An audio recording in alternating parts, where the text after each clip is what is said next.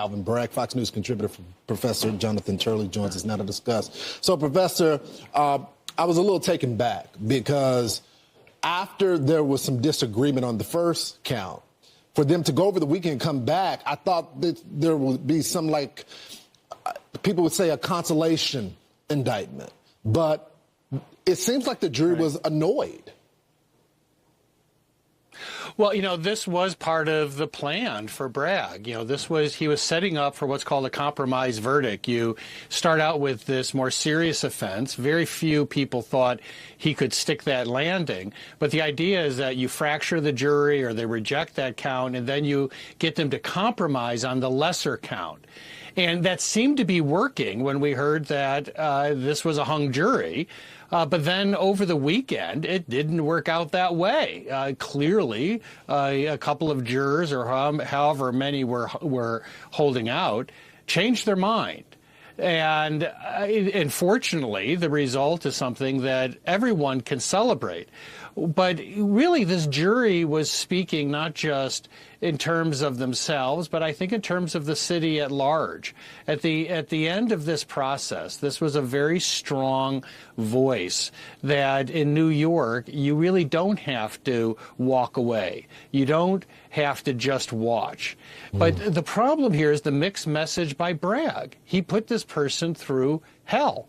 I mean, he put him through a criminal trial. He'll now face a civil trial brought by the family. And the question is, what was it that Bragg was representing? Ultimately, the criminal justice system protects our most fundamental values. What's the value here? Across the city, in the other case involving the shooting of the CEO, you had the mayor saying, this shows people need to step forward and act.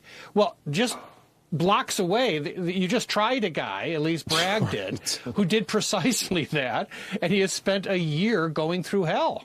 So I'm just curious, Professor, will this put the end to these, I would say, political prosecutions? Because when you look at this DA, he allows criminals to run the street all the time. But this one was political because of the social justice warriors protesting. So is this over now?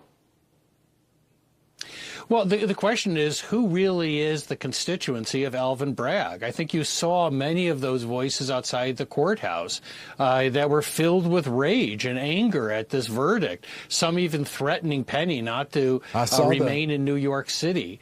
But beyond that mob is the rest of New York City. And they need to look at this case in a more broad sense. This is what you have come to. You have a prosecutor who takes an individual like this, who should be celebrated as a hero, in fact, was celebrated as a hero by people in that car, and you have prosecuted him, and fortunately other people stepped forward to help support him. But that's the message that's being sent. You step forward, don't look for support. In fact, we could very well come after you. Yeah. And if we don't prosecute you, then we can just drain you from money, and you won't be able to live in this city anymore. It's a sad state of affairs, but the system in America did work, so we're grateful for that. Professor, thanks so much for joining the program. Thank you, Lawrence. You got it. The judge is going to be doing an interview with